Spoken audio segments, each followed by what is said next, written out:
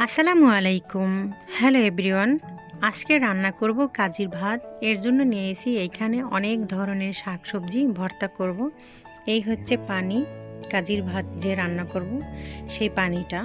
আজ থেকে 5 দিন আগে আমি এই পানির মধ্যে চাল ভিজিয়ে রেখেছিলাম। 2 কোয়া রসুন দিয়ে, রসুন ছিলে আমি একটু থেতলিয়ে নিয়েছিলাম। তো এই পানি দিয়েই আজকে ভাত রান্না করব। এর মধ্যে কিন্তু চাল আছে।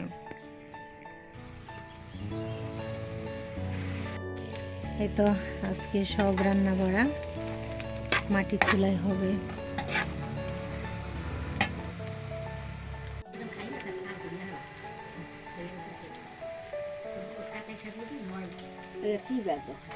পেঁয়াজ, হ্যাঁ পেঁয়াজ টেলে নিচ্ছি।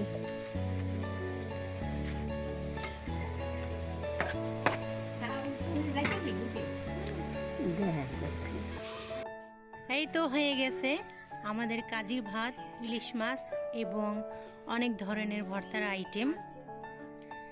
খাবো পুকুর পাড়ে বসে। পরিবেশটা কেমন বলবেন আপনারা কমেন্টের মাধ্যমে।